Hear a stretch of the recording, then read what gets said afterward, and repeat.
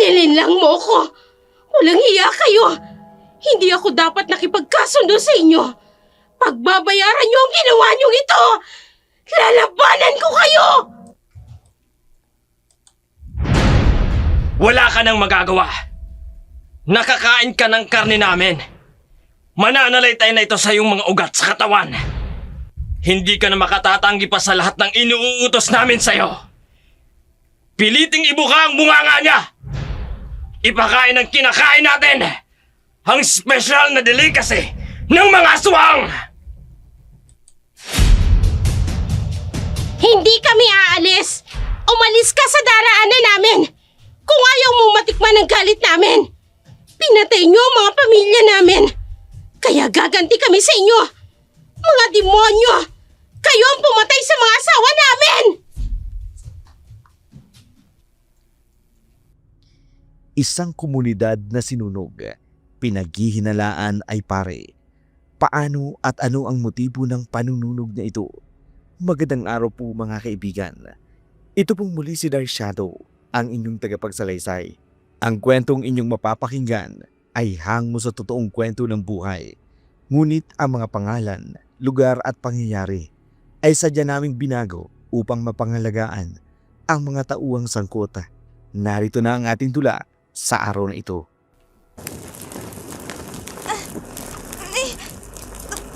Bakit ang init? Anong nangyayari? Hindi! May sunog! Nay! Nay! Tulungan niyo ako! Saklolo! Mga kapitbahay! Tulungan niyo ako! Nasusunog ang bahay namin! Teka! Hindi ito ang bahay namin! Nasaan ako? Ang init!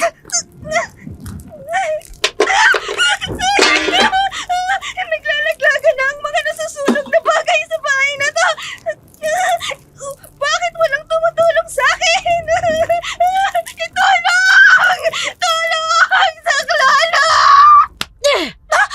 Nananaginip ka. Nay, ang sama ng panaginip ko. Ano bang napanaginipan mo? Nasa isang community daw ako na nasusunog. Tapos, walang tumutulong sa akin.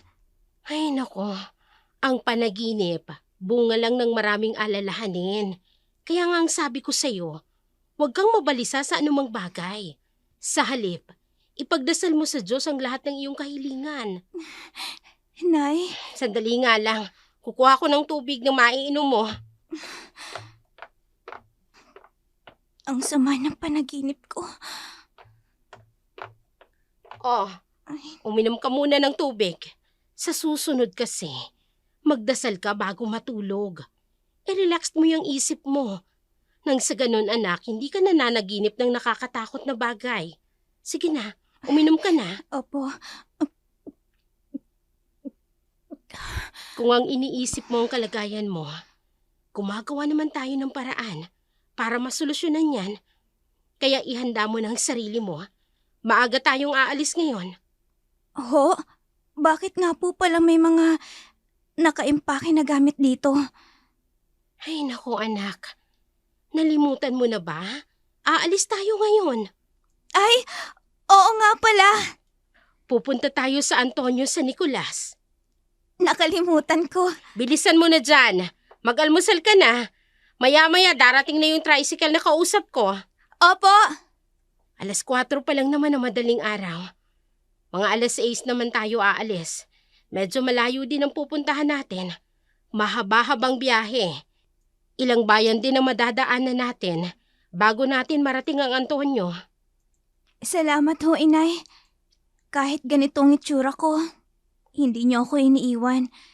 Hindi niyo ako pinababayaan. Anak, walang ina na hindi gagawin ng lahat para sa kanyang anak. Ang nais ko lang gumaling ka. At kung dun sa Antonio, makakakuha tayo ng lunas para mawala ang sumpa ng aswang sa iyong itsura. Kahit mapanganib, susuungin natin yon. Kumaling ka lang anak. Nagmamadali na rin sina Chris sa kanyang paghahanda.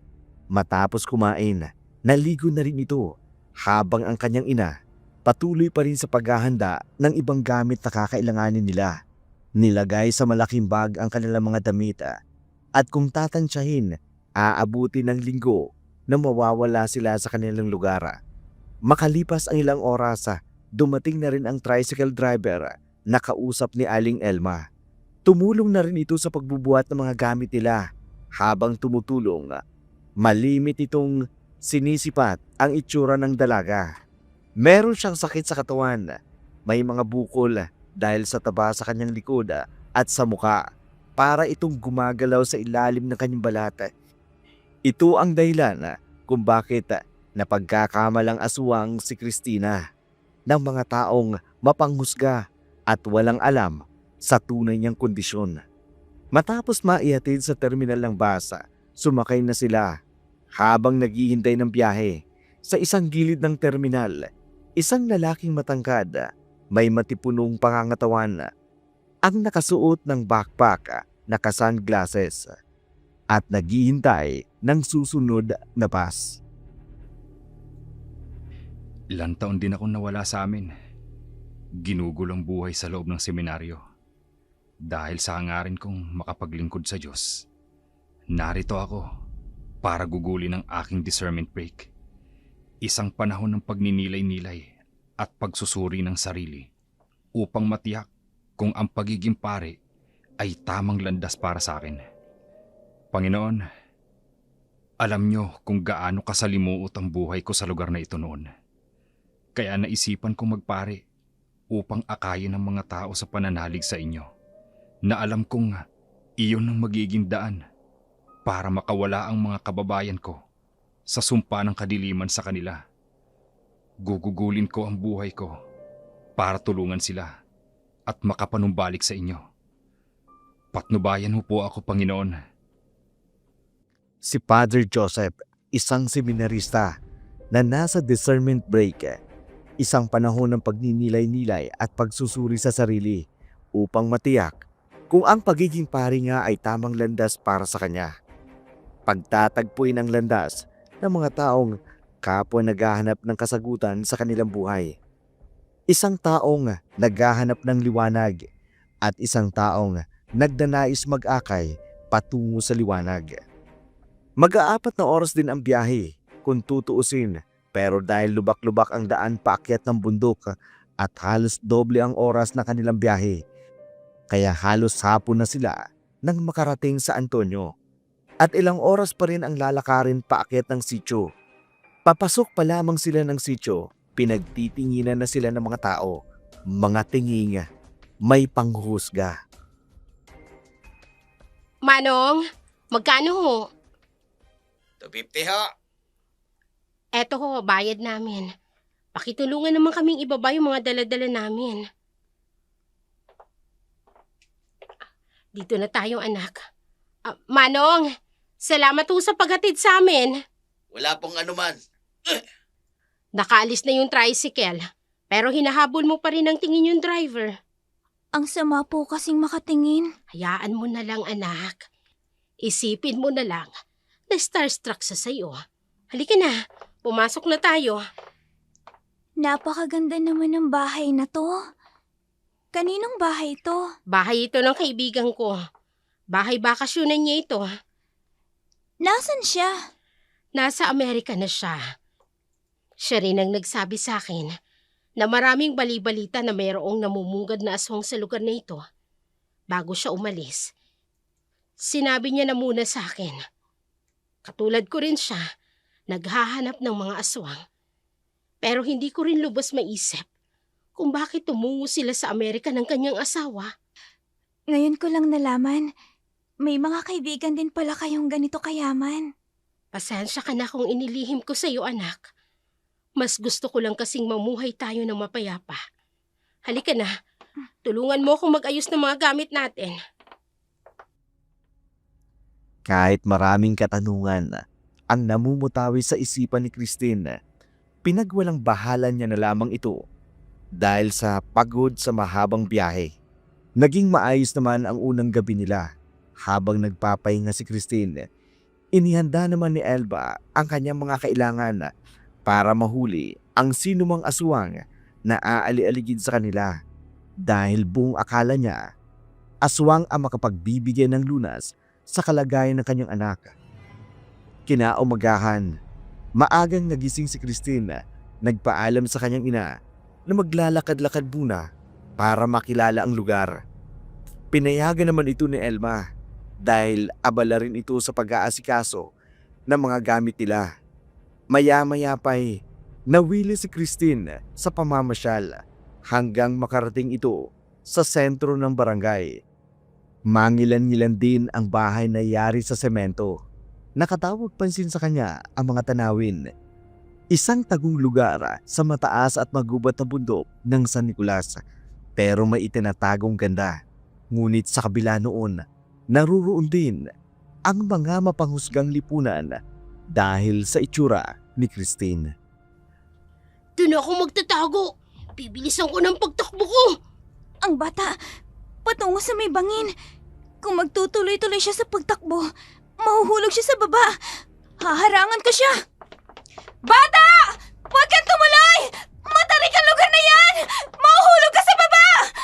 Pipigilan ko siya! Munti ka nang mahulog. Ha? Hindi! Aswang! Lumayo ka sa akin! Pangit ka! Aswang ka! Teka, sandali. Hindi ako aswang. Lumayo ka sabi sa akin eh! Bata, sandali. Hindi ako aswang. Aswang ka! Ang pangit-pangit mo! Mama! Mama! Hoy! Anong ginagawa mo sa anak ko? Mama, aswang po siya. Ang pangit niya, Mama. Isa siyang aswang. Lumayo ka sa anak ko, ha? Anong klaseng tao ka? Bakit ganyan ang itsura mo? Aswang kayong umaaligi dito, ano? Umalis ka rito. Layuan mo ang anak ko. Nagkakamali po kayo. Anong nagkakamali? Hayan, no? Kita sa itsura mo? Hindi maipagkakailayang mukha mo. Kitang-kita ng ebidensya kung anong klaseng nilalang ka. Yung mga bukol sa mukha mo, patunay lang yan na isinumpa ka ng aswang. Aswang ka. Huwag na huwag ko nang makitang lumalapit ka sa anak ko. Ha? Aray! Pagsabihan niyo po ang anak niyo na huwag mababato. Tinulungan ko nga po siyang huwag mahulog sa matarik na lugar. Kung hindi ko po siya tinulungan, baka nahulog na siya sa ibaba. Lumayo ka sa amin. Isa kang aswang. Ano ba? Tama na! Malalaking bato na ang tumatama sa akin! Sige pa, anak. Yung mga aswang na kagaya niya, hindi dapat kinakawaan. Dagdagan natin yung bukol niya. Sige pa. Batuhin mo pa, anak. Itigil niyo ang ginagawa niyo! Sino ka? Hindi na mahalagang malaman nyo kung sino ako. Itigil niyo ang ginagawa nyo. Lalo ka na, misis. Harap-harapan mong kinukonsinti ang anak mo. Tinutulak mo pa na makapanakit ng kapwa-tao? Hindi naman namin yung kapwa-tao. Eh, aswang yan eh. Huwag niyong pagbasehan ng panlabas na anyo para husgan siya. Tandaan nyo, may kasulatan na huwag kang humatol para hindi kayo hatulan. At kung ano ang panukat na ginamit mo sa iba, siya rin ang panukat na gagamitin ng Diyos sa inyo. Ipalagay na nating ikaw ang nasa kalagayan niya. Gugustuhin niyo rin bang kutyain kayo ng tao? Lahat ng tao, nilikha ng Diyos. Kaya kung hindi man siya kaaya-aya sa inyong paningin, pero sa Diyos, kaaya-aya siya. Hoy, ikaw, pasalamat ka. May dumating na anghel dahil kung hindi, nadagdagan na sana yung bukol mo. Pananagutan ng mga magulang, sa Diyos, ang bawat anak na hindi napalaki ng maayos. Obligasyon ng mga magulang na palakihing may disiplina, may pagmamalasakit sa kapwa, at higit sa lahat, may takot sa Diyos. Yun dapat ang ipinamumulat nyo sa mga anak nyo. Hindi yung ibubuyo nyo para magkasala pa at makapang-api ng kapwa dahil lang sa panlabas niyang anyo. Kung magsalita naman kayo, para kayong pare. Oy, sige na, Father. Hindi na humauulit. Tara na, anak. Pangit. Bata, alam mong pinuputol ang dila ng matatalim magsalita. Halika na. Nasaktan ka ba? Konti lang po. Mabuti na lang. Nakita kong ginagawa nila sa'yo. Salamat po sa pagliligtas sa akin. Wala yun. Dapat itinuturo sa mga anak ang mabuting asal ng mga magulang. Kung ganyan na ang mga kabataan ngayon, ano nga asahan ng mga susunod na henerasyon? Kaya dapat turuan ng mga magulang kung paano magpalaki ng bata na maging mabuting tao. Bakit pa ang bait-bait niyo? Ikaw rin. Mabait ka rin. Naawa lang sana ako sa bata kasi dire-diretso siya sa bangin. Medyo matarik din. Nakita ko rin. Hindi lang ako makatakbo ng mabilis kaya hinayaan na lang kita. Nakita ko kung paano mo sinagip yung bata. Kaya lang, sa halip na magpasalamat, yun pa ang sinapit mo sa kanila. Baka gusto mong kumain. May tindahan ba rito? Libre ko. Wag na po. Salamat na lang po. Baka hinahanap na rin ako ni inay. Maayos ang pagpapalaki sa iyo ng mama mo. Opo. Napakabuting tao ng iyong inay. Yun din daw po kasi ang maipapamana niya sa akin. Mabuting asal. Sandali. Bakit ho? Ang mga bukol mo sa mukha. Bakit niyo po tinitingnan? Christina! Hinahanap na po ako ni inay. Sige po. Sana magkita pa tayo sa susunod na araw. Salamat po sa pagliligtas sa akin. Ang kondisyon niya, katulad ng kondisyon ng lola ko. Batang-bata pa ako noon. Hindi ko alam kung anong nangyari sa lola ko noon. Pero malinaw na malinaw sa akin na katulad siya ng sakit ni lola. Ang pagkakaalam ko noon, hereditary ang sakit niya. At ang pagkakaalam ko, sa pamilya lang namin ang may ganoon. Diyos ko, hindi kaya kamag-anak namin ang babaeng yon? Kapag may pagkakataon, babalik ako rito. Pero ngayon, tutuloy muna ako sa Purok 7 ng sityo na ito. Mahaba-habang lakarin pa ito. Nagmamadali ang lalaki na pumunta sa lugar na kanyang pupuntahan. Si Christina naman, nagmamadaling umuwi sa kanilang tinutuluyan. Nang makarating si Christine sa bahay, masayang bumungad sa kanya ang kanyang ina na may hawak na sibata. Nagmamadaling niyaya nito sa likod ng bahay ang dalagita upang ipakita ang nasibat nitong baboy ramo. Christine! Anak, mabuti naman at nakauwi ka na. Halika, tingnan mo. May natuklasan ako. Ano po yan, inay? Nakahuli ako ng baboy ramo kanina. Habang wala ka, tinuso ko ng sibat dito sa likod ng bahay. Nakita ko kung paano ito nahulog ata. Nasaan po ang baboy damo? Paano nawala ang baboy ramo? Baka nakatakas. Imposible. Tumagos ang sibat sa magkabila nitong laman. Iniwan ko ditong hindi kumagalaw. Siguradong patay na yon nang umalis ako dito kanina. Kaya nga tinawag kita kaagad. Hayaan niyo na ho. May pang-ulam naman tayo dyan, di ba? Anak, makinig ka. Hindi pang-ulam ang baboy ramo na nasibat ko. Ito ang solusyon sa problema mo. Ang sabi ng albularyo, dugo ng aswang ang makapagpapagaling sa sugat mo.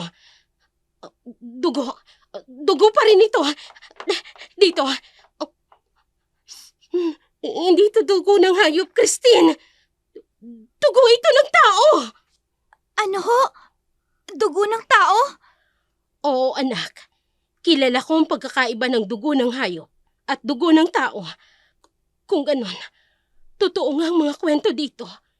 May aswang nga sa lugar na ito. Sabi ko na nga ba, malakas ang kutob ko na aswang ang baboy ramo na yon. Christine, halika rito. Ipapahid ko sa iyo itong dugong ito. Halika! Pero bakit po, inay? Sinabi ng albularyo na kapag napatamaan namin ang aswang, ang dugo nito ay maaaring maging lunas ng iyong kalagayan. Halika na! Kaso, natuyo na ang dugo.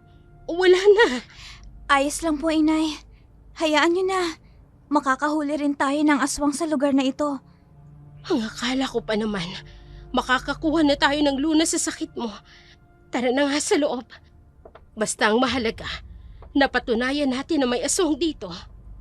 Inay, Bakit? naniniwala po kayo sa albularyo? Nagagaling ako sa dugo ng isang aswang? Gaano po kayo tayo nakakasiguro na magagamot ng dugo ng aswang ang mga bukol sa mukha ko. Hindi kaya mas nakatatakot? Sa mga napapanood ko sa palabas, kapag nabahira ng dugo ng aswang ang isang tao, nalalahian po ito. Susubukan lang naman natin. Paano po kung maging aswang ako? Wala ho ba talagang ibang paraan kundi yun lang? Yun lang ang sinabi ng albularyo. Ay nako, halika na. Sa loob na tayo. Naghanda ako ng makakain natin. Wow! Ang sarap ng ulam natin!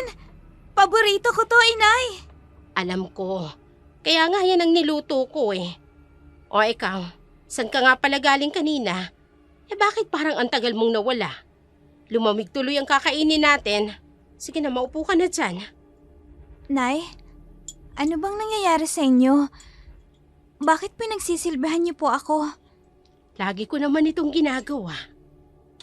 Ikaw, saan ka nga pala nagpunta kanina?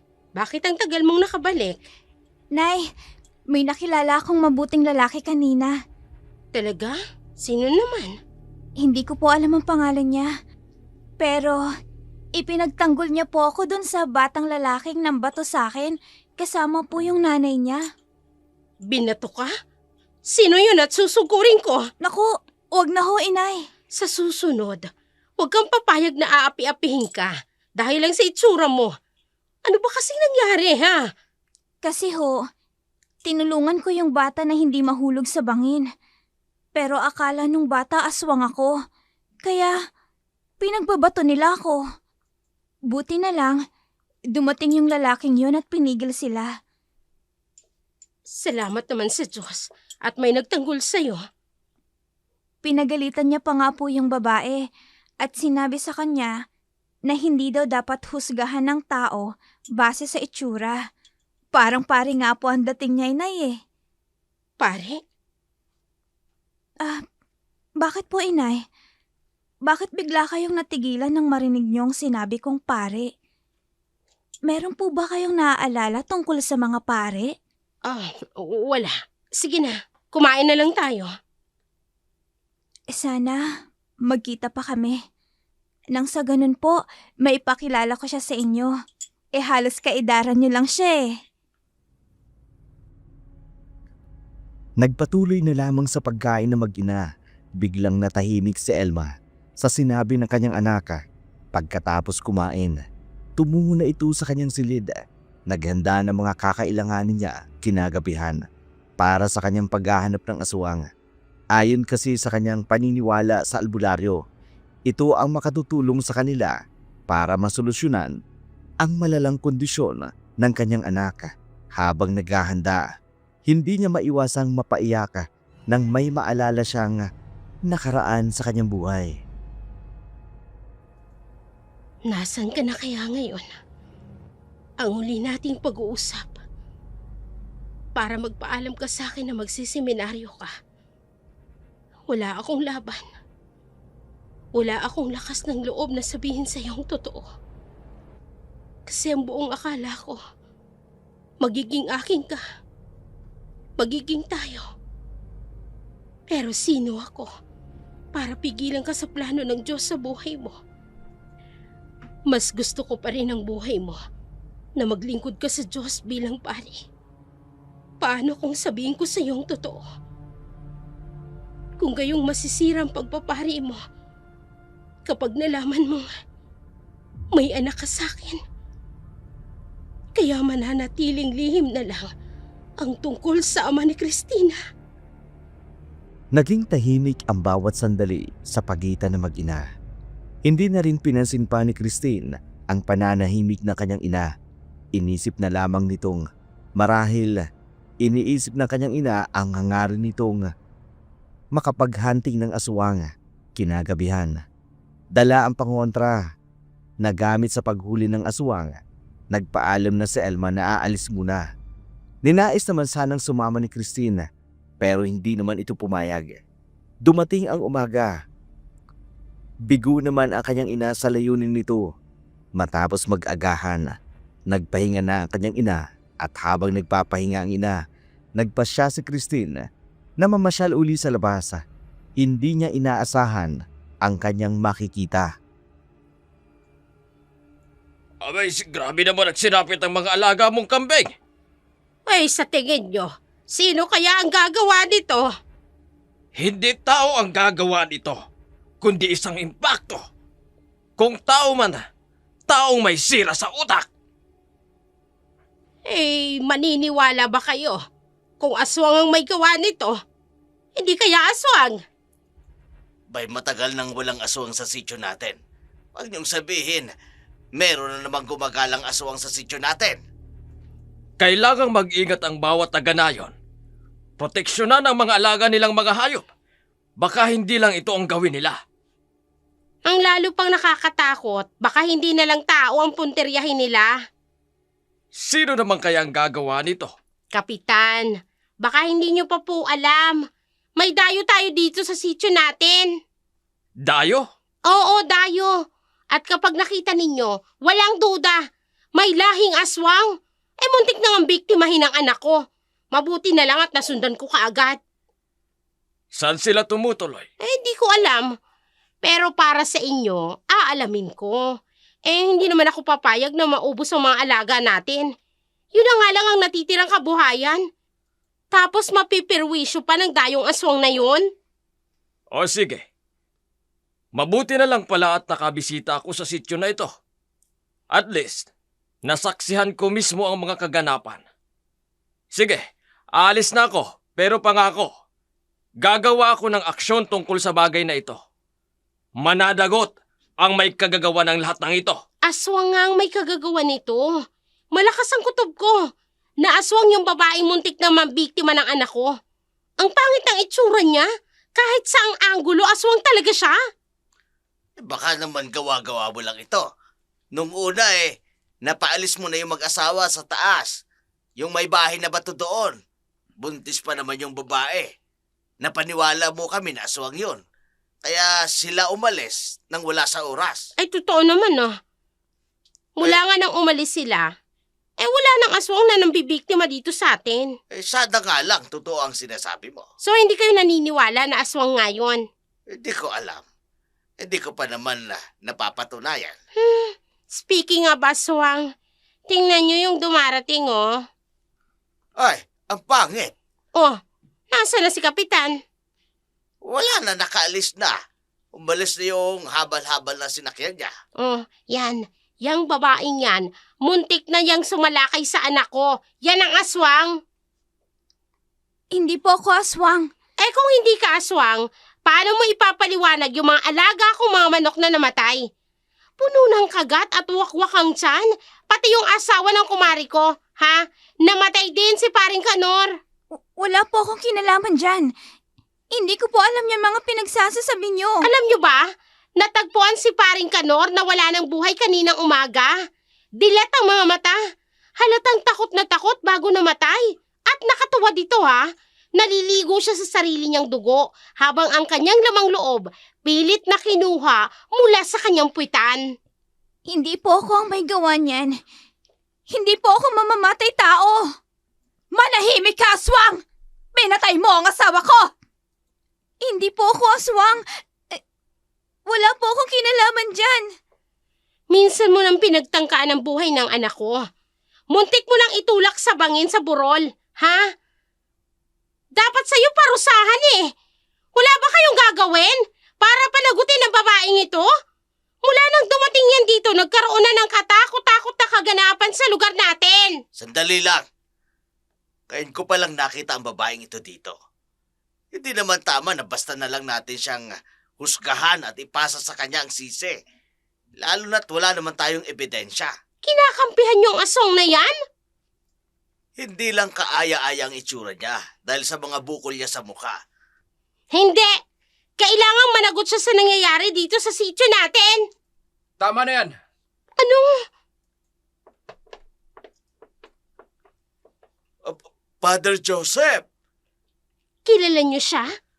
Oo, ipinakilala siya ni Father Ernesto Hakutina. Naparito siya para sa kanyang discernment break. Isang panahon ng pagninilay-nilay at pagsusuri upang matiyak kung ang pagiging pari ay tamang landas para sa kanya. Wala akong pakialam. Basta pananagutin namin ang babaeng ito. Pananagutin sa anong kasalanan? Nakita niyo ba na siya mismo ang gumawa ng ipinararatang niyo sa kanya? Hindi niyo ba alam na sa paghatol niyo sa kanya, ganoon din kayo hahatulan ng Diyos? Pare po talaga kayo? Itigil niyo ho ang kalokohang ito. Kung hindi niyo matanggap bilang tao, matuto kayong rumespeto ng tao. Huwag niyo nang hintayin ang langit na ang gumanti sa kabulukan ng pag-uugali niyo. Walang nagawa ang mga tao at si Alicia nang kunin ni Joseph si Christina. Inilayo niya ito roon at dinala sa isang ligtas na lugar, malayo sa mga mapanghusgang mga tao sa sentro. Pagkatapos noon, nagsipag-alisa na rin ang mga taong napaniwala ni Alicia sa kanyang mga aligasyon. Dahil sa kakaibang kondisyon ni Christine na pagkakamalan siyang aswang, isang nilalang na kapag hating gabi ay nagpapalit ng anyo at kumakain ng lamang loob ng mga tao. Kinatatakutan siya ng mga bata. Kinukot siya ng matatanda kapag mayroong kamalasan o hindi kaaya-aya o kaya'y namatay sa kanilang komunidad. Isisisi nito kay Christina. Marami ring kwentong walang basihan ang lumalaganap sa kanilang komunidad tungkol sa pagiging aswang ni Christine. Sa tuwing kinukot siya si Christine, palaging naruroon si Father Joseph para ipagtanggol ito. Maraming salamat po sa tulong, Father. Kahit wag mo muna akong tawaging Father, kasi hindi pa naman ako nauordinahan bilang pare. Sa katunayan, narito ako sa labas para sa aking discernment break. Pero, dun din po ang punta nyo, di ba? Magiging pare kayo soon. Naway ipagkaloob ng Diyos sa akin yan. Salamat nga po pala. Kasi sa tuwing may nangungutya sa akin, lagi ka pong nariyan para ipagtanggol ako. Ano ka ba? Kahit sino naman yata, gagawin yon kapag may nakikitang naaagrabyado. Mukhang hindi naman po lahat. Yung iba nga po na nakakakita sa akin na pinagbababato na ako ng ilang bata. Kung hindi nila ako tinitingnan lang, nakikisali na rin po sila. Ewan ko po ba kung bakit. Dahil sa mga bukol na to, palagi na lang po ako napagkakamalang aswang. Dahil hindi nila batid ang tunay mong kondisyon. Minsan, mas madaling paniwalaan ng mga haka-haka kesa alamin ang katotohanan. Kayo po ba, naniniwala po ba kayo sa aswang? Hindi, dahil mas malaki ang paniniwala ko sa Diyos. Bakit gusto niyo pong magpare? Kinailangan ko kasi magpare. Bakit po? Ano po bang nangyari at kailangan niyong magpare? Dahil nalagay sa alanganin ng babaeng mahal ko. Naaksidente siya at nag-agaw buhay. Ang tangi ko lang nakapitan noon ay ang Diyos. Nagmakaawa ako sa Kanya. Taos puso akong nanalangin na sana iligtas niya ang babaeng mahal ko. Nakipagkasundo ako sa Diyos. Sabi ko, sa oras na gumaling siya, ay magpapari ako. Kapalit ng pagliligtas niya sa babaeng pinakamamahal ko. Ano pong sunod na nangyari? Nakaligtas siya. Iniligtas siya ng Diyos. Kaya tulad ng napag-usapan, nagpari ako. Kahit na masakit sa akin na bitawan siya. Kahit masakit sa akin na makita siyang nasa piling ng iba. Ayos lang. Basta buhay siya. Ayos lang sa akin. Grabe naman pala kayo magmahal. Nakakausap niyo po ba siya? Hindi na. Matapos kong sabihin sa kanya na magpapari ako, nilayuan niya na ako. Pinutol niya lahat ng ugnayan na meron kami. Simula noon, wala na akong balita sa kanya. Hindi mo po ba siya naisip na hanapin man lang? O kaya po makibalita man lang tungkol sa kanya? Hindi na. Baka hindi ko mapanindigan yung mga salitang binitawan ko. Baka kapag nakita ko ulit siya, magmakaawa lang ako pabalik sa kanya. Naging mas malapit ang dalawa sa isa't isa. Ito rin ang naging mitya ng isa pang walang katuturang sabi-sabi. Aniya, May lihim daw na relasyon ang seminarista at si Christine. Hindi ka rin pala kumakain ng pakwan? Hindi po, Father eh. Hindi ko po trip ang lasa. Ako rin. Nasusuka ako sa lasa niyan. Sabi po ng nanay ko, pareho daw po kaming maarte ng tatay ko. Asa na pala ang tatay mo? Sabi rin po ni nanay, nung ipinagbubuntis niya pa lang po ako, namatay na daw po ang tatay ko. Naaksidente raw po ito sa tricycle. Nabangga po yung sinasakyan ni tatay na tricycle nang nawala ng preno yung truck. Pero naidala naman daw po sa ospital si tatay, pero hindi naman po tumagal. Ganun ba? Hindi mo man lang nasilayan ng tatay mo? Ganun na nga po. O siya, masarap kang kakwentuhan. Pero kailangan mo nang umalis dahil magagabi na. Ay, oo nga po pala. Sige po, maraming salamat po ulit. Aalis na po ako. O sige, mag-iingat ka. Kayo rin po. Matapos ang pag-uusap na yon, umuwi na si Christine sa kanilang bahay. Isang gabi, nabulabog ang bayan ng San Nicolas nang may isang babaeng sumigaw. Nakakita raw ito ng isang babaeng aswang sa puno ng akasya. Mahaba ang buhok, mapula, ang nangangalit na mga mata. Meron itong matalim at dalawang pangil na para bang vampira. May matutulis na mga kuko. Kwento ng babaeng nakakita. Muntik na siya nitong madagit kung hindi lang siya nakadapa kaagad. Dahil sa insidenteng yun, mas lumala ang hinahinala kay Christine. Hindi nakaligtas ang ganitong chismis kay Aling Elma. Kaya sa galit nito, gumawa siya ng paraan para magantian ang mga nagkakalat ng chismis. Mahal na mahal ni Aling Elma ang kanyang anak na si Christine. Habang natutulog ito, pinagmamasdan niya ang kanyang anak. Hindi niya mapigilang mapaluha dahil sa kondisyon ng kanyang anak. Sinisisi niya ang kanyang sarili kung bakit nagkaganon ang kanyang anak. Naalala niya noong ipinagbubuntis niya pa lamang ito. Palagi siyang lumalabas ng gabi upang uminom at magpakalasing dahil sa sobrang pagkalumo sapagat iniwan siya ng lalaking kanyang minamahal. Dito niya nalaman na nagdadalang tao pala siya at ang ama ay ang lalaking hindi siya pinili. Nang maipanganak ni Aling Elma si Christine, gayon na lamang ang kanyang pagkadismaya nang makita ang itsura nito.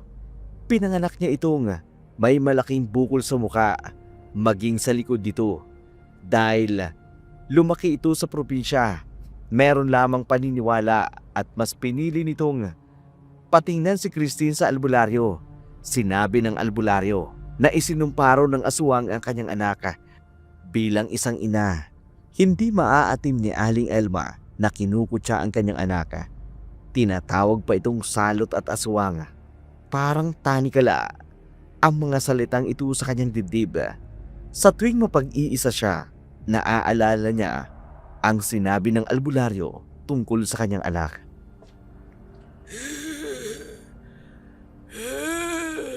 Sinumpa ang anak mo ng aswang.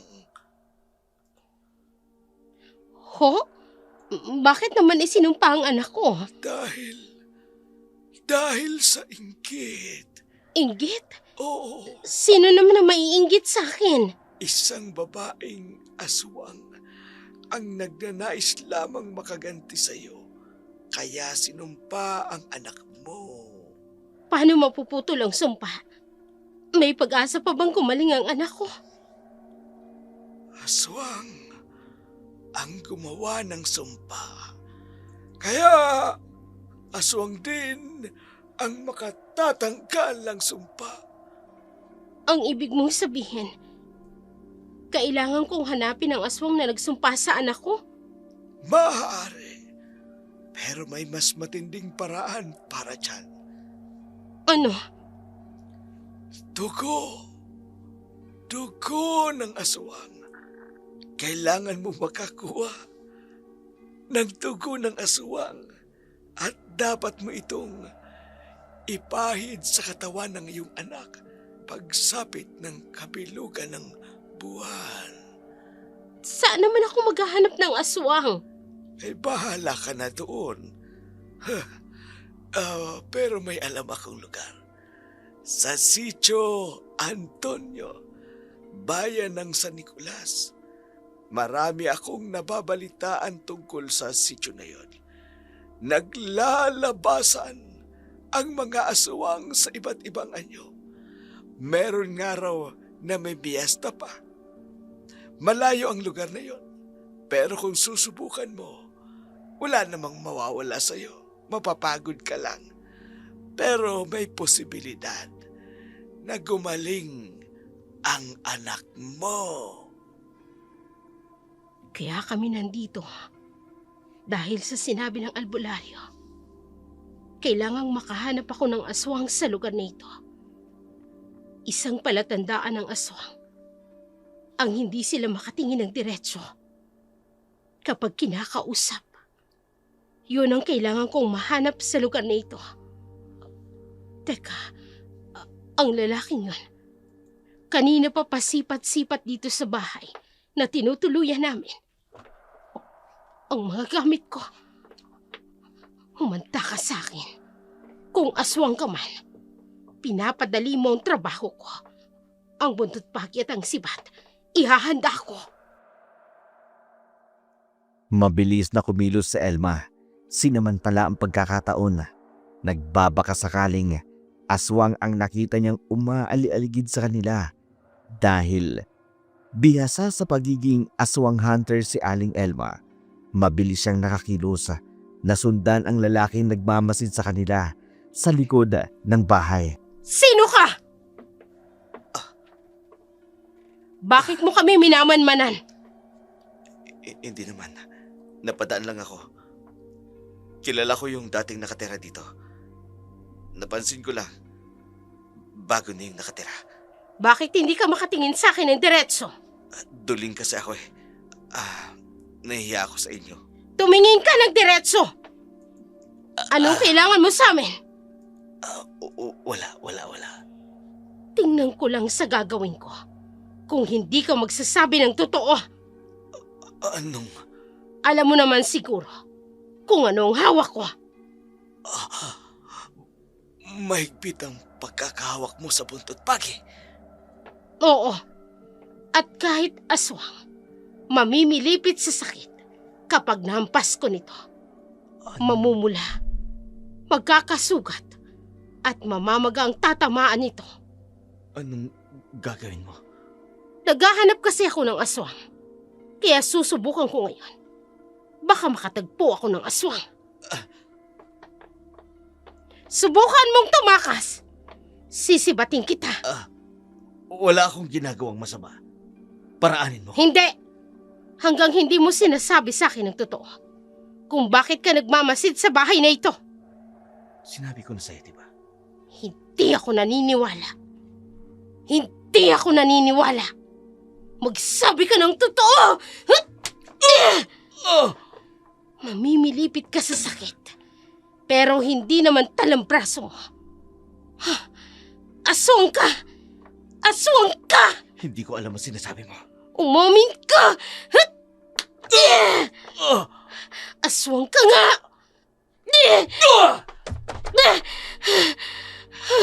Huwag mo kaming pakikialaman. Kung ayaw mo mapahamak. Malakas ka. Sabi ko na nga ba, aswang ka. Aswang ka! Diyan ka na! Hoy! Bumalik ka rito! Hahabulin ko siya. Siyang makakatulong sa akin para makawala sa sumpa ng aswang ang anak ko. Tigil! Tigil! Ang sibat, hindi pa siya nakakalayo. Sisibating ko siya. Aswang nga siya. Hindi ka makakatakas sa akin ngayon. Nawala siya. Aswang nga siya.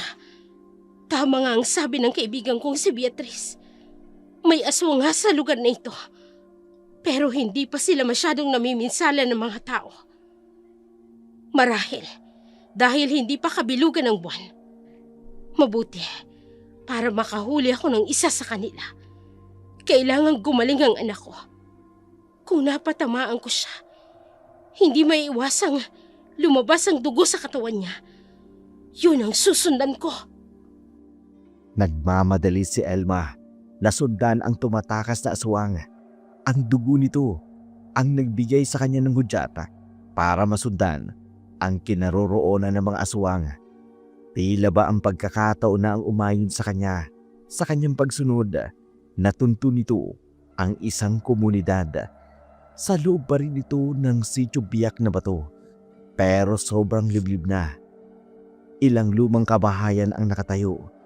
Ang mga taong naruroon halos hindi makausap ng maayos. Lahat ay nakatingin sa kanya. Doon niya napatunayan na pasok niya na ang lungga ng mga aswang. Nandito na siya, Supremo. Naghahanap nga siya ng mga katulad natin. Pigilan ang mga kasamahan. Huwag gagawa ng hindi maganda. Hintayin natin ang kabilugan ng buwan bago tayo kumilos. Kamakalan, makabubuti siguro huwag kayong lalakas ng boses. Baka marinig niya. Pagsabihan mo ang lahat. Walang magsasalita. Walang sasagot. Kapag nagtanong ang babaeng yan, Anong pinaplano niyo, Supremo? hindi na siya palabasin sa lungga natin. Malakas siya. May kakaiba siyang kasanayan. Parang pinaghandaan niya pagpunta rito. Kailangang balansin natin siya. Mahihina pa tayong lahat. Wala pa tayong magagawa para labanan siya. Kargado siya ng mga gamot na magpapahina sa ating mga aswang. Malakas din ang pananalig niya. Supremo, Ang tanging magagawa lang natin, ang pigilan siyang huwag makalabas. Mapaniwala natin silang kauri nila tayo. nasubukan ko na ang kakayanan niya. Hindi ko siya kaya. Ngayon lang yan. Pero pagkabilugan ng buwan, 10 ulit ang bilis at lakas natin. Ganoon din ang ating pandinig. Kaya habang kinakausap ko siya, pagsabihan mo ang mga kasama natin na huwag gagawa ng anumang ikagagalit ng babaeng yan. Ano pong pinaplano ninyo? Ako nang bahala sa gagawin ko. Haharapin ko siya.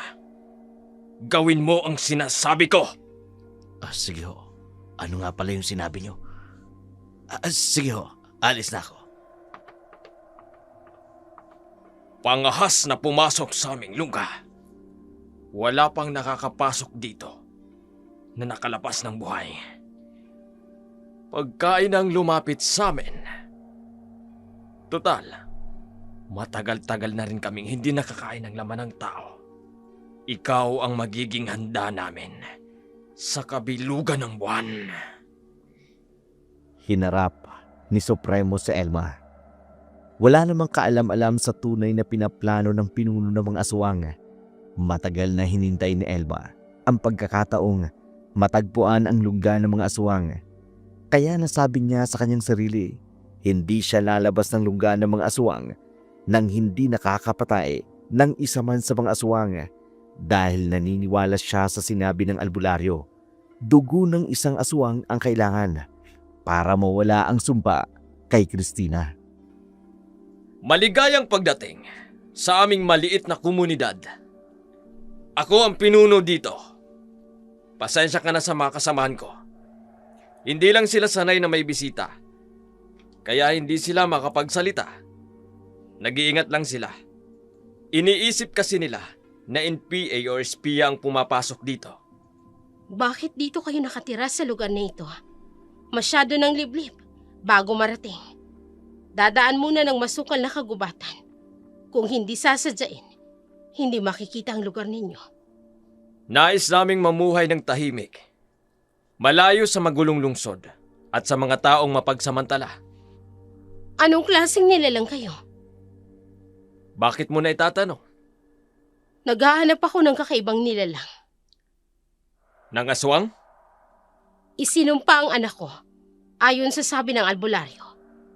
Kaya tanging aswang ang makapag-aalis ng sumpa sa anak ko. Inaakala mo bang mga aswang kami? May sinaktan akong aswang sa sityo.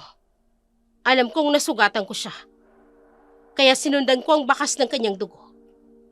Kaya nasisiguro ko, ang lugar na ito ay pinamumugaran ng aswang. Hindi ka nagkakamali. Mga aswang nga kayo! Oo. Pero mga aswang na pinipilit na mamuhay ng kagaya ninyo. Hindi kami ang mapaminsalang mga aswang. Isinuko na namin ang aming kapangyarihan. Pinili naming mamuhay gaya ng isang normal na tao. Nilalabanan namin ang pag-atake ng pagiging aswang. Nagsasabi ka ba ng totoo? Oo. Nagsasabi ako ng totoo. Pero matutulungan namin ang anak mo na makawala sa sumpa, katulad ng ginagawa namin sa kabilugan ng buwan. Tulungan niyo lang ang anak ko. Titigil ako sa paghunting ng aswang. Kung ganon, makisa ka sa amin sa gagawin naming ritual ng pagtakwil. Ritual ang pagtakwil. Pagtakwil ng dating likas para tanggapin ang bagong likas. Dating likas ang pagiging aswang. Bagong likas ang pagiging kagaya ninyo bilang taong normal. Lahat kami rito ay nagsasagawa ng ritual. Kung may sumpa na pagiging aswang ang anak mo, makabubuting madala siya dito nang matulungan ka namin na makawala siya sa sumpa ng pagiging aswang. Salamat. Kung meron naman palang madaling paraan na hindi na kailangan ng pagdanak ng dugo ninyong mga aswang, masusundin ko kayo dahil kayo ang mga nilalang na nakakaalam kung paano mawawala ang sumpa ng anak ko. Makakaasa ka na matutulungan namin siya. Magtiwala ka lang sa amin. Kailangang madala ka agad siya dito. Dahil bukas makalawa, kabilugan na ng buwan. Kailangang maisama namin siya rito. Babalik ako. Sa pagbabalik ko, kasama ko na ang anak ko. Sige. Pero ang hiling namin, bukas ka na umalis. Alanganing oras na. Madilim na ang daan. Hindi lang kami ang nilalang na kinatatakutan ng mga tao. Natatakot akong baka masumpungan kanila. Hindi ka na makabalik. Lubha silang mababangis. Pero kung bukas makalawa, kabilugan na ng buwan, hindi magandang uuwi ako ngayon. Para bukas kasama ko na siya. Pasasamahan kita sa isa sa mga kasamahan ko. Para maging ligtas ka. Kahit bukas ng madaling araw kayo umalis. Ang mahalaga, madaling araw, may kaunting liwanag na. Hindi na makakapanalakay ang mga aswang. Mahina kami sa ganong oras. Sige, magtitiwala ako sa inyo. Pero wag niyo lang akong lilinlangin. Dahil masama akong magalit. Hindi ako mangingiming lipunin kayo ng mga kasamahan mo. Kung masasama kami, hindi ka sana namin hinayaang makapasok sa aming lungga. Sa muog pa lang namin, patay ka na. Kung kami ang mga uri ng aswang na mapanganib, hindi namin ginawa. Dahil kami ang mga uri ng mga aswang na nagnanais mabuhay ng tahimik. Bukas ka na umuwi. Ipaghahanda ko ang matutuluyan mo. Magpapahanda rin ako ng pagkain. Huwag kang mag-alala. Karning hayop ang ipaluluto ko. Tingnan mo ang pagluto mamaya. Nilalagyan din namin ng sibuyas at asin. Hindi kami maano kasi mabubuti kaming nilalang. Walang kamalay-malay si Elma na ang lahat ng sinasabi at ipinapakita ng pinuno ng aswang, panlilinlang lamang sa kanya. Nais nitong umabot ang babae hanggang sa kabilugan ng buwan at doon ay gagawin siyang hapunan ng mga aswang kapag nakabalik na ang kanilang lakas at kapangyarihan. Hindi niya napapansin na halos sunod-sunuran na siya sa Supremo. Bawat sabihin nito ay ginagawa niya. Sa kabilang dako naman, labis ang pag-aalala ni Christine dahil alanganing oras na wala pa rin ang kanyang ina. Kausap nito si Father Joseph habang naghihintay sa kanyang ina. Wala pa rin ang inay mo? Nag-aalala na nga po ako sa kanya eh. Saan ba siya nagpunta? Diyos ko, Bakit? naalala ko na. Sinabi niya sa akin kahapon, pupunta daw siya sa lungga ng mga aswang. Delikado ang gagawin niya. Lalo na kung mag-isa lang siya dun. Alam niyo po ang lungga ng mga aswang? Minsan na akong nagawi dun nung bata pa ako. Bibihira lang ang nakakapasok dun. Kung may makapasok man, bibihira rin ang nakalalabas ng buhay. Ang nanay ko, pupuntahan ko po ang lugar na yun. Sasamahan kita. Pero po, baka hanapin kayo sa simbahan na pinaglilingkuran ninyo. Bahagi ito ng aking discernment break. Ang gawin muna ang mga bagay na ito. May bahagi ng aking nakaraan na tila hindi pa nabubuo. At umaasa ako na dahil dito, mabubuo ito. At hindi rin kita kayang pabayaan sa lugar na yon. Pero, delikado po. Mas lalong hindi kita pwedeng pabayaang mag-isa doon. Hindi po kayo natatakot? Ngayon pa, tumagal na ako sa seminaryo. Lumakas na ang aking pananampalataya. Bakit pa ako matatakot sa mga alagad ng dilim? Ang mga alagad ng dilim ay takot sa mga taong naglilingkod sa liwanag. Sa mga ganitong pagkakataon, lalo pang napapatunayan ng Diyos ang kanyang biyaya sa mga mahihirap na sitwasyon. Salamat po. Dahil kahit hindi nyo kami kaano-ano, kahit hindi nyo kami kilala, pero nandiyan ang pagtulong nyo sa amin. Kung wala po kayo, hindi ko po alam kung ano ang gagawin ko. Paano nga po pala kayo napunta sa lungga ng mga aswang? Mahabang kwento. Alam mo bang hindi lang ang kagalingan ng dati kong kasintahan ang dahilan kung bakit pumasok ako sa pagpapari? Ano ho yun? Isa pa rin ito sa dahilan ko. Ang lugar na ito, na minsan naming naging tahanan, ay naging bahagi ng aking nakaraan. Nasaksihan ko kung paano namuhay ang mga taga rito.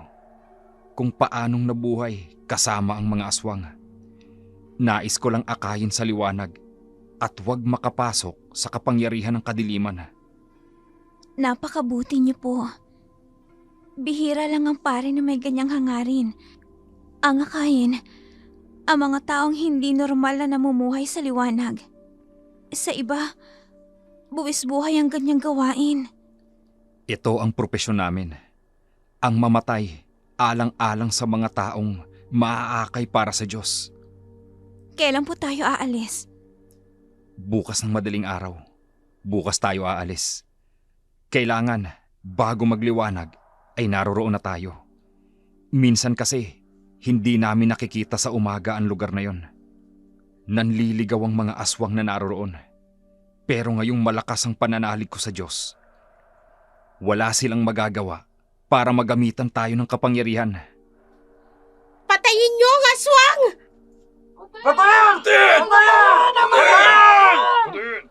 Ang mga tao, Napaniwala sila ng mga kasinungalingan. ano pong gagawin ko? Haharapin natin sila. Ako ang kakausap. Ang sama talaga ng tingin nila sa akin dahil sa kalagayan kong to. Mga aswang! Lumabas kayo dyan! Lumabas kayo! Father, Kasama mo ko. Hindi ka nila maaano. Anong kaguluhan ito? Ayan ang aswang! Bakit kayo nanggugulo? Father, bakit kayo tumutuloy sa bahay ng mga aswang? Hindi sila mga aswang. Mga kasama! Ang assistant ng simbahan ng Antonio, nakikituloy sa bahay ng demonyo ng mga kampo ng kadiliman? Akala ko ba, aakayin mo kami sa liwanag? Bakit ikaw mismo nakikisama sa mga alagad ng dilim? Father, Ako nang bahala. Patayin niyo ang babaeng yan! Anong karapatan mo para utusan ng mga taong ito? Kayo naman, naiisip niyo pa ba ang ginagawa niyo? Naiisip niyo ba ang kahihinat ng ginagawa niyo?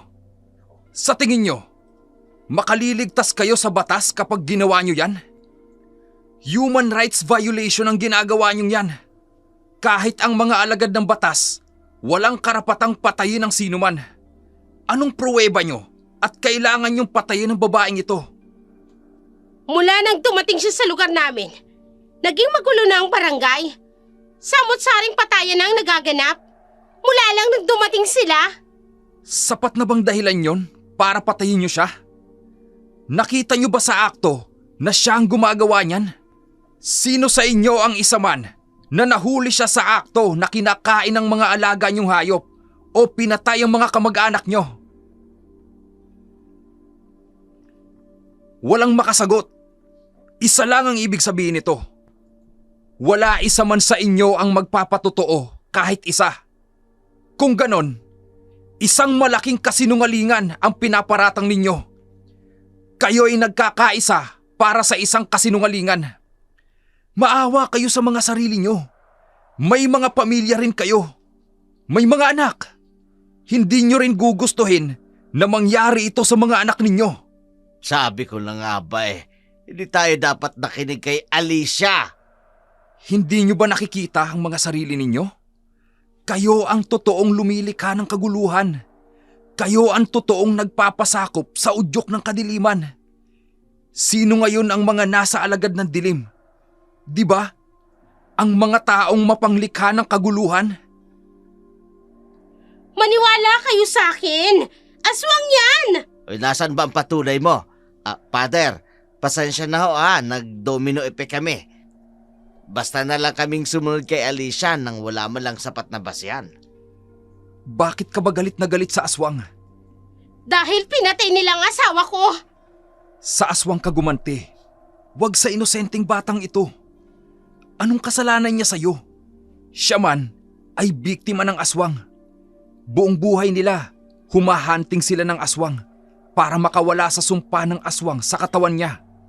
Ayon sa paniniwala nila. At ang ina niya ngayon ay nanganganib dahil sumuong ito sa lungga ng mga aswang. Ngayon, papunta kami doon para bawiin ang kanyang ina para iligtas. Kung gusto mo, sumama ka sa amin para makita mo ang mga totoong aswang. Habang nagaganap ang kaguluhan sa Barangay Antonio, sa lungga naman ng mga aswang sa biyak na bato, naghihintay ang Supremo ng tamang pagkakataon. Ang buwan, unti-unti nang lumalaki. Kasama nito, ang lumalaking gutom na mga aswang. Nakahanda na ba ang masarap na hapunan para sa ating bisita? Kung anong mga paborito nating hapunan, yun din ang ating ipapakain sa kanya. Kung kakain siya ng kinakain natin, paano natin siya makakain bukas? Kung hindi man natin siya makain, at least maging kauri na lang natin siya. Masusunod, Supremo. Ang mga paborito nating pagkain, siguraduhin ninyong hindi niya agad mahahalata ang tunay na lasa. Kailangan natin siyang panatilihin dito hanggang sa kabilugan ng buwan. Paano kung makalata siya, Supremo? Sabihin ninyo na mga espesyal na putahe natin ito.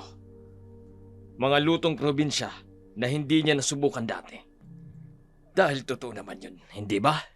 Oo, Supremo. Dalhin niyo doon. Mamaya lalabas siya sa kanyang tutuluyan.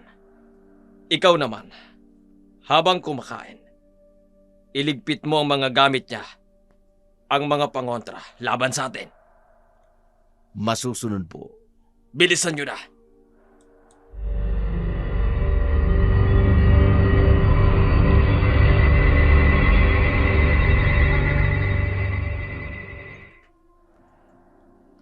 Elma, halika na at kumain na tayo. Naghanda ang mga kasamahan ko ng masasarap na pagkain. Ang bango naman. Hindi ko pa nakikita ang mga ganitong klase ng ulam. Mga native delicacies naman ito. Mga lutong probinsya na hindi mo makikita sa syudad. Tikman mo na.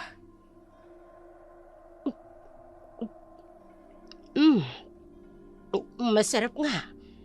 Medyo kakaibang lasa. Pero, May problema ba? Bakit ka tumigil sa pagmuya? Ipaayos ko sa tagapagluto namin O baka hindi ka lang sanay? Parang may kakaiba. Hindi. Okay lang. Siguro dahil hindi ko pa nakain ng ganitong klase ng pagkain. Kumain ka pa. Kailangan mo ng lakas para sa biyahe bukas. Parang hindi ko kaya. Nasusuka ko. Bakit? Hindi mo ba gusto ang pagkain namin? Hindi. Siguro dahil pagod lang ako sa paglalakbay. O baka ayaw mo talaga sa pagkain ng mga aswang? Ano? Narinig mo naman. Ang kinakain mo ngayon ay pagkain namin ng mga aswang. At dapat mong kainin lahat. Anong ibig sabihin nito? Nilinlang niyo ko. Pinaniwala niyo ako na mabubuting aswang kayo. Pero ngayon, Wala ka nang magagawa, Elma. Nakakain ka na ng karne namin. Mananalaytay ito sa iyong mga ugat sa katawan. Hindi ka na makakatanggi pa sa lahat ng iuutos namin sa iyo. walang hiya kayo. Hindi ako dapat nakipagkasundo sa inyo. Pagbabayaran ninyo ang ginawa niyong ito. Wala ka nang magagawa. Sinira na namin lahat ng gamit mo. Wala ka nang magagawa laban sa amin. Walang sinuman ang nakapasok dito na makakalabas ng buhay.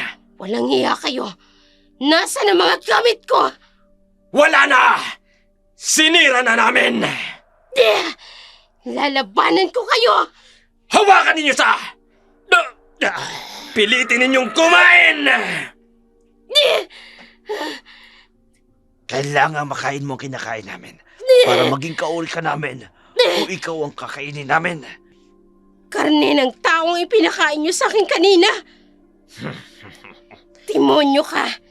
Nilinlang mo ko! Likas na sa amin ang mapaglindang. Kung hindi namin kaya ang kalaban, nililin lang namin. Minsan na naman naming napatunayan na ang mga tao madaling mauto, madaling mapaniwala. Yun ang kahinaan ninyo. Kaya ayaw naming mabuhay na kagaya ninyo. Piliting ibuka ang bunganga niya. Ipakain ang kinakain natin.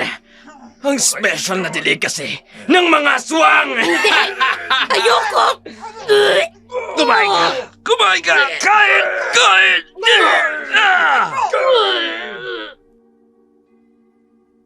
Pilit mang tumatanggi si Elma sa nais ng mga aswang sa kanya. Pero pilit niya naman itong nilalabanan dahil ayaw niyang malahian siya ng mga ito. Hindi rin siya natatakot sa maaring gawin sa kanya ng mga aswang. Habang pinipilit, patuloy naman ang paghahanda ni Alicia, Father, Joseph at Christine para sa paglusob nila sa lungga ng mga aswang kinabukasan. Anong ginagawa niyo, Nay? Bakit marami kang gasolinang dala? Alam ko na kung saan nakalungga ang mga aswang. Kailangan ko ito para matapos ang kasamaan nila. Nay, delikado kung mag-isa lang kayong lulusob doon. Hindi ako nag-iisa. May mga kasama ako. Pasensya na kung nahuli ako. Salamat at dumating ka. Akala ko hahayaan nyo na lang ako mag-isa. Noon ngang nagsisinungaling ka pa sa mga sinasabi mo napapasama na kami. Ngayon pa, alam na namin ang totoong aswang. Pinatay ng mga aswang na yan ang mga mahal natin sa buhay. Ang asawa ko, pinatay nila. Inihaw nila na parang hayop. Kaya gagawin ko rin sa kanila ang ginawa nila. Si Mamita nasaan? Kasama niyo rin ako. Akala ko hindi ka sasama. Ipaghihiganti ko rin ang asawa ko. Nanilitsyon nila. Ay, ako naman ang apo ko. Igaganti ko rin. May dala ba kayo? Ay, oo naman. 1 galong gasolina. May mga kasama kaming tutulong sa amin. Ayun sila, oo. Oy, kayo! Dito kami! Mabuti naman. Ngayon, totoong aswang ng pakay natin. Siguradong mabibigyan ng ustisya ang pagkamatay ng mga pamilya natin. Pagkatapos nito, humingi ka ng tawad sa pamilya ni Christine. Nakakaawa naman yung bata. biktima rin sila. Tsaka ako nagagawin yan kapag napatunayan ko na wala siyang lahing aswang. Kung wala nga talaga silang kinalaman sa pagkamatay ng asawa ko. Ano? Sasama ba tayo kina Father? Hindi. Pero bakit? Paano kung mabulilyaso sila? Di pare-pareho tayo mabubulilyaso. Mauuna tayo sa kanila. Hindi na tayo magpapaalam sa kanila na lulusob tayo. Lulusob na tayo sa lungga ng mga aswang nang hindi sila kasama. Pinaghandaan ng grupo ni Alicia ang pagsalakay sa lungga ng mga aswang. Yun din ang hugot niya sa buhay, kaya ganun na lamang ang galit niya sa mga taong napagkakamalan niyang aswang. Kinaumagahan, maagang gumayak ang grupo ni Alicia. Si Christine at si Father Joseph naman, patuloy na naghihintay kina Alicia kung sasama ito sa kanila. Dala ang mga naiwang gamit sa paghahunting ng aswang, ang sibat at ang mga buntot pagi na naiwan ni Elma. Dinala ito ni Christine at ni Father Joseph bilang proteksyon na rin sa kanilang pagsalakay. Mukhang tayo lang ang tutungo sa lungga ng mga aswang. Wala sila. Marahil natatakot na sila. Hindi tuloy nila mapapatunayan na inosente kami. Isa nga rin yan sa paraan sana para mabura sa kanila ang pagdududa nila sa pamilya mo. Okay lang, Father. Wala namang ibang mahalaga sa akin ngayon kundi ang mabawi ang nanay ko. Para makilala niyo na rin siya. Sana nga buhay pa siya. Sana nga buhay pa siya. Nang sa ganon, makilala ko naman siya. Father, kahit tayong dalawa lang, alam ko, papatnubayan din tayo ng Diyos. Sigurado yun. Marami ang tutulong sa atin sa panalangin. Kaya nasisiguro ko na pakikinggan ng Diyos ang mga dasal nila. Sino pong sila, Father? Hindi lang simbahan ng Kuraparo ko. Nakipag-ugnayan din ako sa ilang mga Protestant church dito sa San Nicolas. Ganon din sa mga born again at Baptist church. Natutulungan tayong manalangin. Alam ko, dibdiban silang manalangin. Kaya alam ko, tutulungan tayo ng Diyos. Okay lang ho sa inyo na makipag-ugnayan sa kanila? Sila ay mga kapwa ko alagad ng Diyos. Naniniwala ako na kapwa kami tinatawag ng Diyos na maglingkod sa Kanya. Sa iba-ibang kaparaanan nga lang. O ano, handa ka na? Handang-handa na po. Nakakahanga ka. Akalain mo, kahit bata ka pa, marunong ka nang gumamit ng sibat. Tinuruan kasi ako ng nanay ko. Sakali daw na may makasalubong kaming aswang. Ay, hindi ko pa nga po pala na ikukwenta sa inyo. Mula daw nang isinilang ako, nagsimula na maging aswang hunter ang nanay ko. Ang galing naman. Gustong-gusto ko talaga siyang makilala. Parang magkasing edad lang ho kayo. Ganun ba? Opo. Tara na, para mailigtas na natin siya.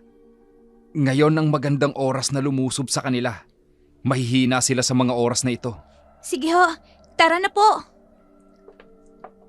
Diyos ko, muling iparanas niyo sa akin bilang iyong lingkod ang iyong paglingap. Wala akong ibang aasahan, kundi kayo lamang po. Literal na mga alagad ng dilim ang aming sasagupain, pero malakas ang pananalig ko. Na kayo ang makagagawa ng higit na dakila kesa hinihiling at iniisip namin. You are omnipotent God. Makapangyarihan ka. Omniscient. Alam mo ang lahat ng bagay. Omnipresent. Abot ng iyong presensya ang lahat ng dako. Kaya sa dakong paruroonan namin, alam kong saklaw yun ng iyong kapangyarihan at presensya. Ang mga paang dahang-dahang humahakbang patungo sa lungga ng mga aswang, dala ang pag-asang mababawi ang kanilang kapamilya. Sa kabilang banda naman, nakahanda na ang kamatayan para kay Elma sa lungga ng mga aswang.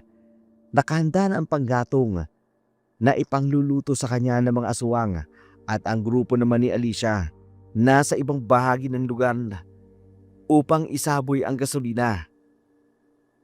Wala silang hinintay na oras. Nais nilang mapatay ang mga aswang na kumitil sa kani-kanilang pamilya.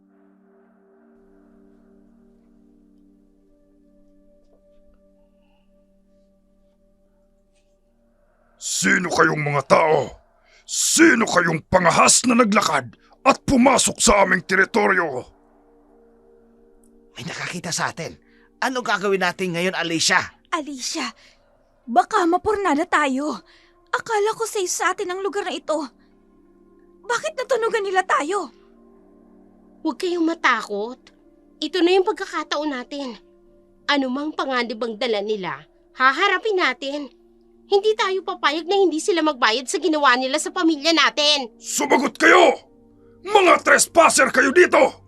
Walang taong pinapayagang pumasok sa lugar na ito! Kakaiba siyang magsalita. Hindi siya katulad natin. Mga aswang nga sila. Tama si Mang Pedro. Ang boses niya ay may kakaiba. Parang hindi normal na tao. At isa yan sa pumatay sa pamilya natin. Umalis kayo rito! Kung ayaw niyong mapahamak! Kapag nakapasok kayo sa borderline, hinding-hindi na kayo makalalabas ng buhay! Hindi kami aalis. Umalis ka sa daraanan namin.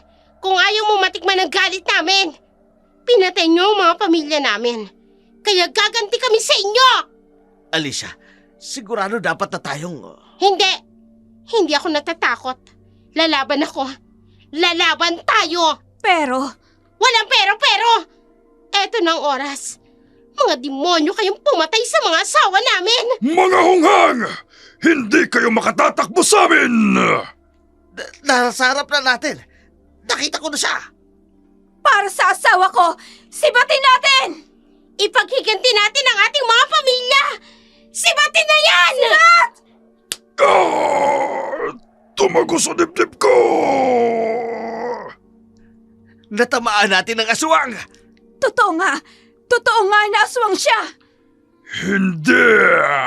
Hindi niyo ako mapipigilan! Isa ka pa sa mga pumatay sa asawa ko! Walang patawad para sa inyo! Patay na! Patay na siya! Hindi ako makapaniwala. Talagang napatay natin ang isang aswang. Pwede na akong umuwi. Nakapatay na ako ng isang aswang! Isa pa lang yan, Gaga! Marami pa silang kasama sa loob. Kaya lulusob tayo! Walang iwanan! Lulusob tayo! Lulusob tayo! Lusubin! ang aswang! Para sa mga asawa nating pinatay nila! Tara na! Hindi pa tapos ang laban. May mga kasama pa yan sa loob na dapat nating lipunin. Matagumpay na naipatumba ng grupo ni Alicia ang mga aswang na humarang sa kanila. Nagpatuloy sila sa paglalakad hanggang makarating sila sa lungga ng mga aswang. Nakita mismo ng kanilang mga mata ang ginagawa kay Aling Elma mula sa di kalayuan na lungga ng mga aswang. Gamit ang teleskopyo, nakikita nila ang kaganapan sa maliit na community ng mga aswang. Supremo, naitali na namin siya. Nakahanda na rin ang kawayan para sa pagkabit. Mabuti. Ibitay ninyo siya ng patiwarik. Siguraduhin ninyong hindi siya makakaalis sa pagkakabitay. Ano pong gagawin natin sa kanya? Dahil ayaw niyang kumain ng pagkain ng mga aswang, siya na lang ang magiging pagkain natin. Hindi! Pakawalan niyo ako rito! Wala akong ginagawang masama sa inyo! Anong wala? Ikaw ang may gawa ng sugat na ito sa aking balikat. Ikaw ang baboy Ramon na nasibat ko! Oo! Kaya ngayon, ikaw naman ang sisibatin ko gamit ang sibat na ginamit mo sa akin. Bago pa magkabilugan ng buwan mamayang gabi, kailangang luto na siya. Siya ang magiging hapunan natin. Huwag mo na siyang gamitan ng sibat para maramdaman niya ang init at unti-unti niyang kamatayan. Kailan pa natin sisimulan? Ngayon pa lang. Maghanda na kayo ng apoy. Malaki ang kailangan nating panggatong. Maawa kayo sa akin! May anak ako! Hindi niyo ako pwedeng patayin! Ang tanging nais ko lang ay mawala ang sumpa ng anak ko. Kailanman wala pa akong pinatay na aswang. Naghahanap lang ako ng aswang na makakatulong sa akin! Inuto-uto ka lang ng albularyo. Yan kasi. Nagpapaniwala kayo sa mga albularyo. Paanong makagagaling ang dugo ng aswang sa anak mo? Lalo pa nga itong malalahian ng pagkaaswang. Nakikiusap ako! Pakawalan niyo ako! Matutulad ka na sa mga taong naglakas ng loob na pumasok sa aming lungga. Walang nakakalabas dito ng buhay. Yan ang napapala ng mga pangahas na pumapasok dito. Hindi iniisip ang pinapasok. Para kayong mga daga na kinakalaban ang mga leon. Anong laban mo sa amin? Lalo't mag-isa ka lang! Dahil sa hangarin kong gumaling ang anak ko, wala akong ibang hangad. Kaya pakiusap. Kayong alam ko na hindi kayo makakatulong sa anak ko. Aalis na ako. Hindi na ako magugulo ng mga aswang. Pakawalan mo lang ako. Hindi kami tanga para gawin yan. Kahit kayong mga tao. Kapag pagkain na, hindi nyo na pakakawalan. Ang tulong mo sa amin ay ang maging pagkain ka namin. Ganyan talagang takbo ng buhay dito. Supremo, handa ng apoy. Hindi. Huwag niyong gawin ito. May pamilya ako. Wala na kaming pakialam sa pamilya mo. Ikaw na lang ang mahalaga ngayon.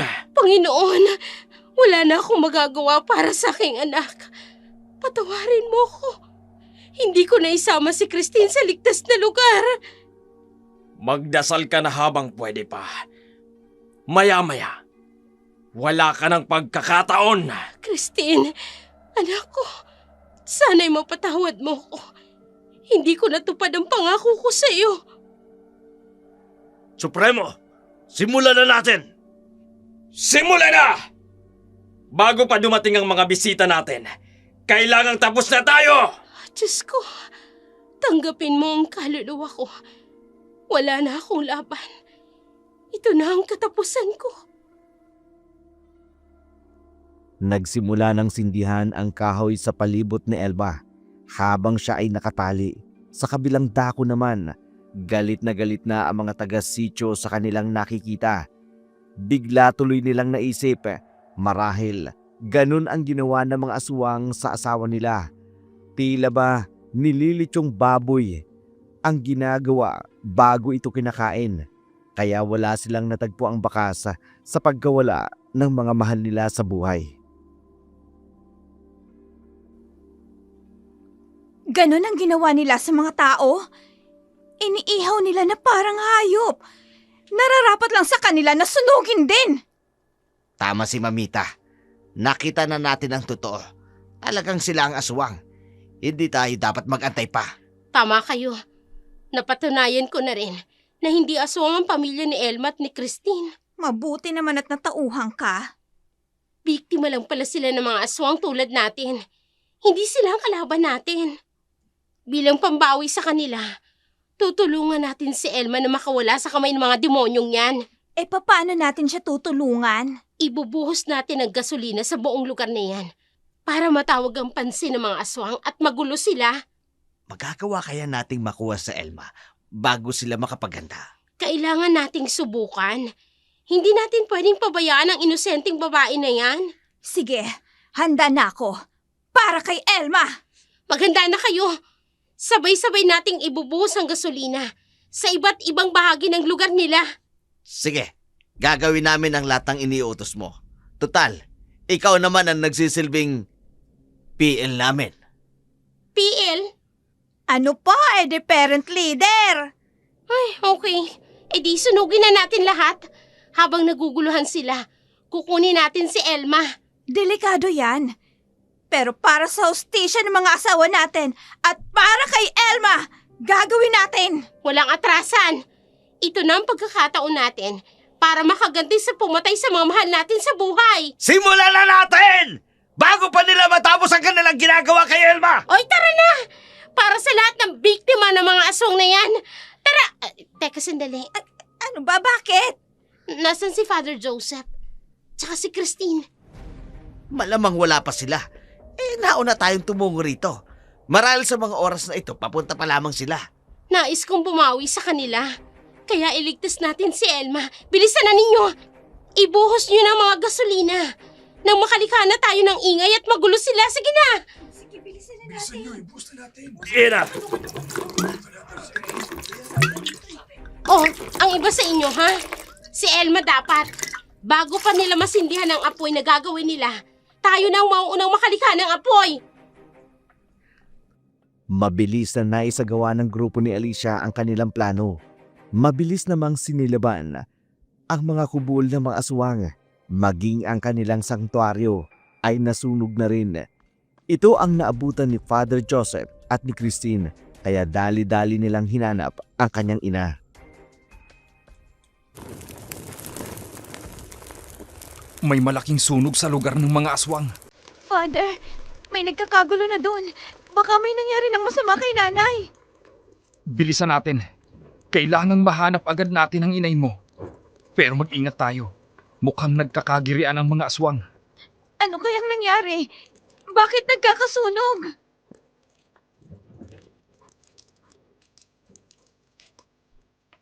Mga walang iya!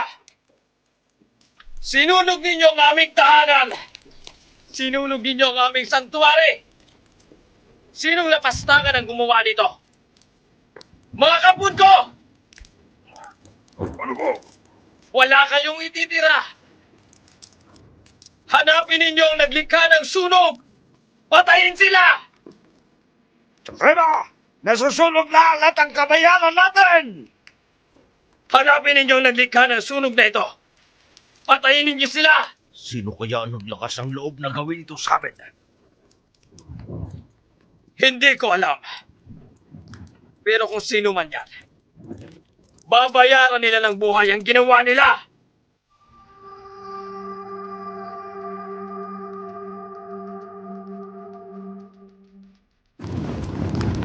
Christine, nakikita mo bang inay mo? Hindi ko po makita, Father! Sobrang gulo na doon! Mga kasama! Maghanap kayo sa lahat ng sulok! Walang makakatakas sa amin! Supremo! May mga tao!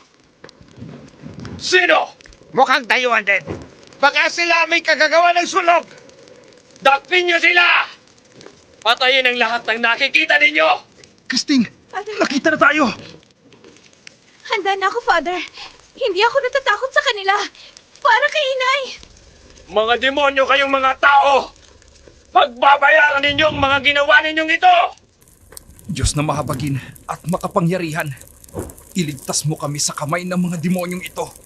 Proteksyonan niyo kami sa kanila.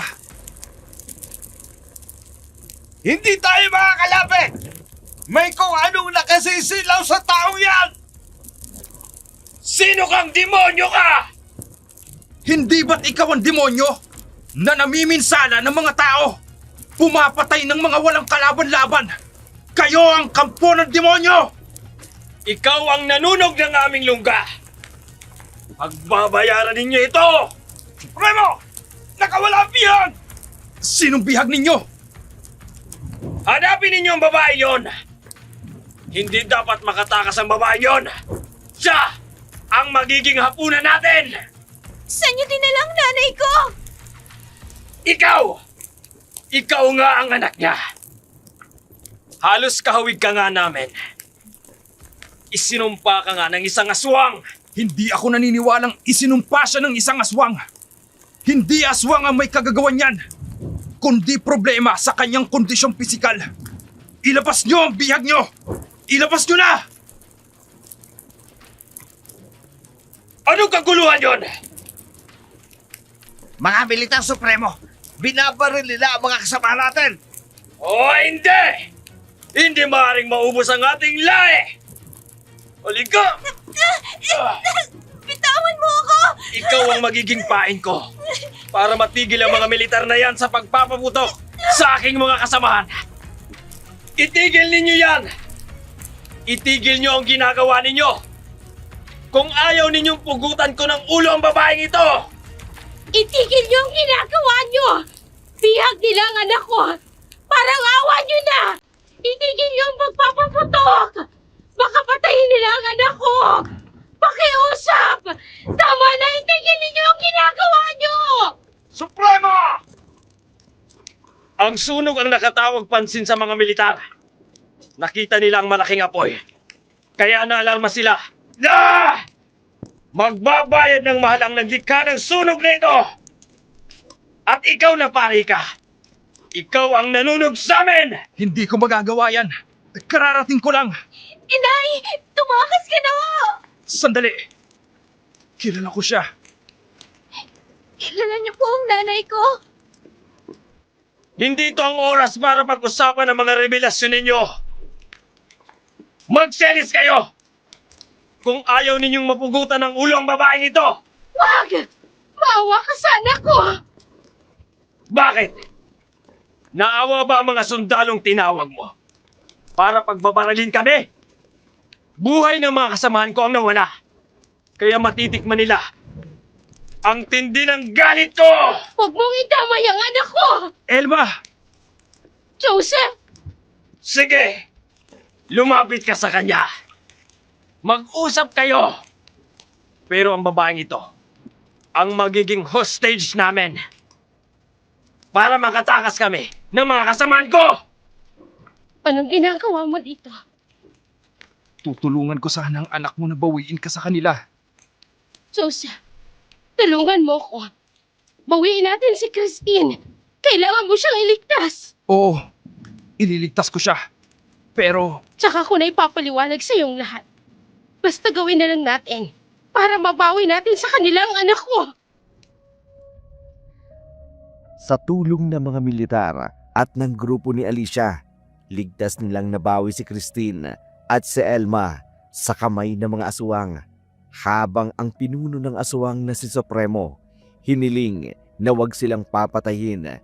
Kaya dinala ng mga militar sa kampo at doon ikinulong. Tao sa puso namang humingi ng tawad si Alicia sa mag-ina. Sa mga paratang nito sa kanila, tinanggap naman agad ni Christina ang paghingi nito ng tawad.